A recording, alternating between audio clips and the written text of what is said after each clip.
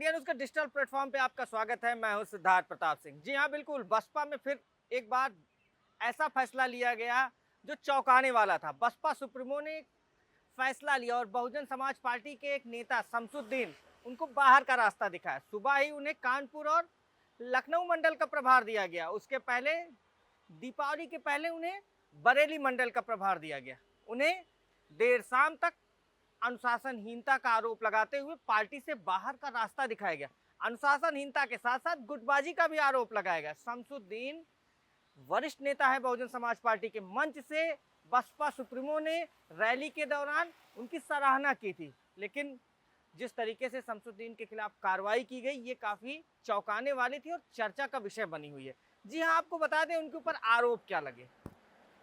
जो सोर्सेस से खबर निकल कर आ रही है, शमसुद्दीन के खिलाफ जो आरोप लगा है वो बहुजन समाज पार्टी की जो मुखिया है उनका फोन न उठाना।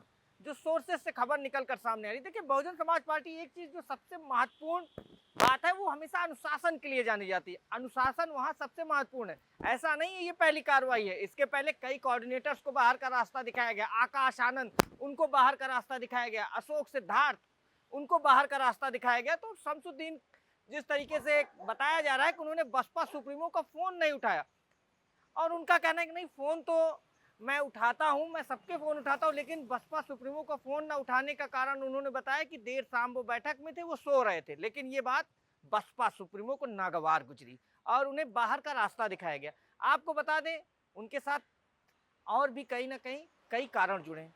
एक कारण यह है कि बहुजन समाज पार्टी की जो रैली थी काशीराम के परिनिर्वाण दिवस के दिन, उस दिन भी उनके ऊपर एक आरोप लगा। जो मौजूदा समय में प्रदेश अध्यक्ष हैं विश्वनाथ पाल, उनका पोस्टर पे जगह न देने का, उनके द्वारा जो पोस्टर लगाए गए थे उसमें उन्हें जगह नहीं दी गई थी। देखिए, बहुजन समाज पार्टी बिल्कुल सीधे पैटर्न पर काम करती है। उनके कुछ पैटर्न है, कुछ काम करने का तरीका है। देखिए, अनुशासन वहाँ काफी महत्वपूर्ण है और जो संगठन है वो हमेशा काफी महत्वपूर्ण रहा है। आपको संगठन को तवज्जो देनी होगी। जब सरकार में थी तब भी लगातार बहुजन समाज पार्टी तवज्जो देती थी।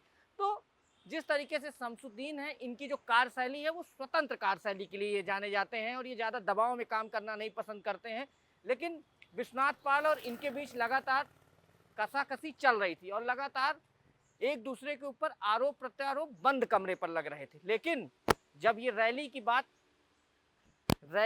जब बहुजन समाज पार्टी की मुखिया को ये बात पता लगती है और ये बताया जाता है कि देखिए विश्वनाथ पाल को जगह नहीं दी गई, उसको लेकर भी कहीं ना कहीं नाराजगी थी। लेकिन उस बात को समय दिया गया। उसके बाद फिर उन्हें बरेली मंडल का प्रभार दे दिया गया, लखनऊ मंडल का प्रभार दे दिया गया, उन्हें बरेली मंडल का भी प्रभार दे दिया गया था। लेकिन आपको बता दें कल उन्हें बाहर का रास्ता दिखा दिया गया।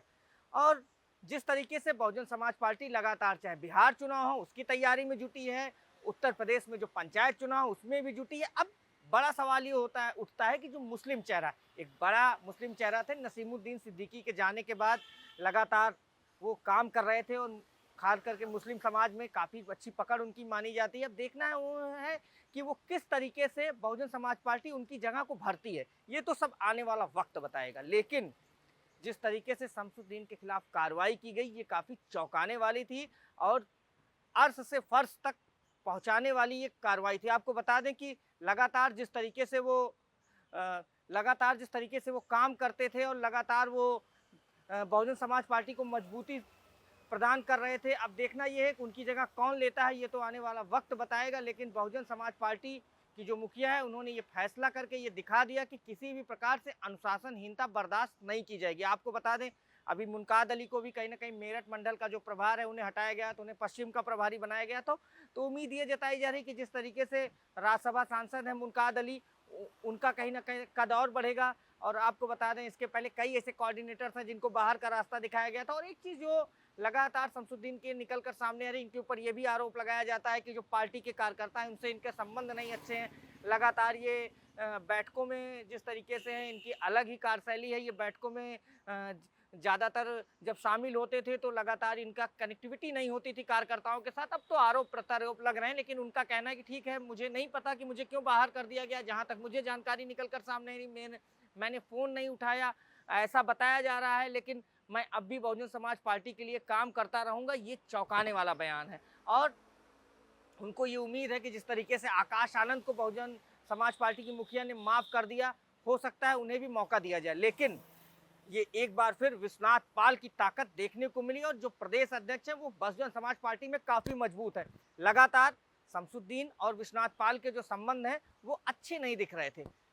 चाहे आप रैली की बात कर लें तब भी दोनों लोग दूर थे, और जो हमारे सूत्र हैं वो भी बताते हैं कि संगठन में भी दोनों में उस तरीके से एक दूसरे की बातों को लेकर तवज्जो नहीं देते थे। लगातार जब गुटबाजी हो रही थी, और जो आरोप लगाए गए वो ये भी लगाए गए कि अनुशासनहीनता के साथ गुटबाजी एक अलग गुट काम कर रहा था, और बहुजन समाज पार्टी ये सब चीज़ें बिल्कुल बर्दाश्त नहीं करती। खासकर बसपा सुप्रीमो इन सब चीज़ों पर वो कभी इन सब चीज़ों को बर्दाश्त नहीं करती, वो तत्काल कार्रवाई करती। इसके पहले आकाश आनंद, अशोक सिद्धार्थ सबको बाहर का रास्ता दिखाया गया था। तो एक बार फिर शमसुद्दीन के खिलाफ कार्रवाई कर ये बताया गया बसपा सुप्रीमो द्वारा कि कोई भी ये ना समझे कि वो इस संगठन से बड़ा है। संगठन हमेशा बसपा में महत्वपूर्ण रहा है।